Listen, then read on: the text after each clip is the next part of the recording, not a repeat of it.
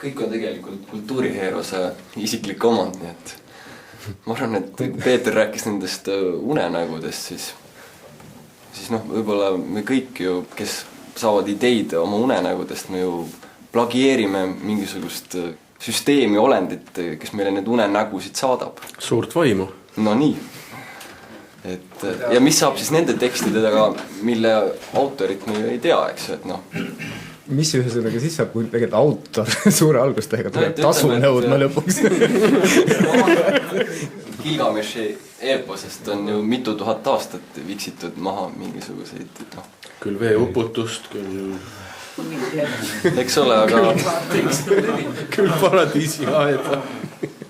nii et kus see piir läheb, et kui me lahterdame ja liigitame, siis ikkagi lõpmatult kuni unenägudeni või müütideni või mingisugustele arhetüüpideni välja, mis ujuvad üle maakera. See ongi, et juriidilist-tehnilist piiri on alati väga kerge häguseks muuta. Johanson rääkis, et satelliittelevisiooni võib paaris näidata, aga et viiulit ei tohi seal mängida. Aga kas on kuskil täpselt defineeritud, mis on viiul? Alati sa võid hiljem küsida, et aga kus te teate, et see oli viiul? Kus te teate, et see oli mõni pill, mis kuulub olemasolevasse pillide kvalifikatsiooni?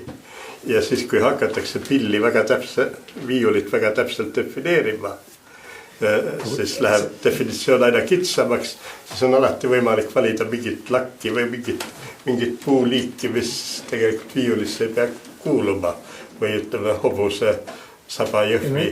See on tegelikult see, et ikka peab kavaldama hakkama, kusjuures kavaldamisega muidugi tegelikult selles ei ole mingit probleemi, muidugi saab ka autori kaitsest mööda kavaldada ja tegelikult saab igat pidi hakkama, probleemi selles, aga seda pretsedenti muidugi ei defineeritud viiuli kaudu, vaid mõiste kaudu elav muusika.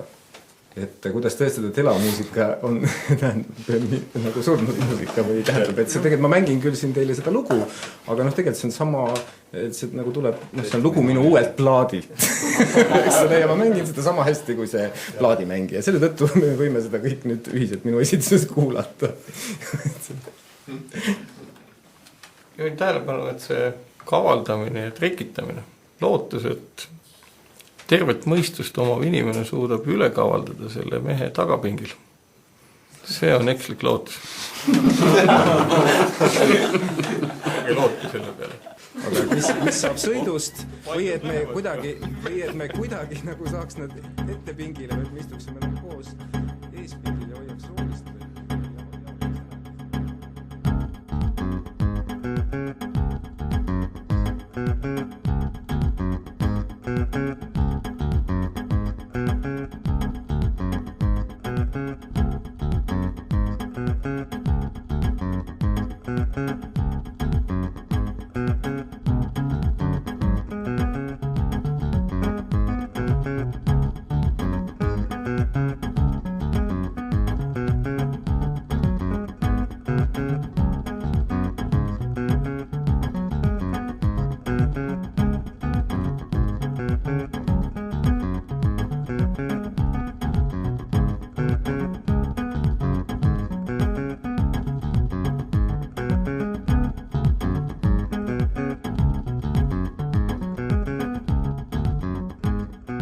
Ööülikoolil oli külas Jaak Johanson ja Peeter Laurits.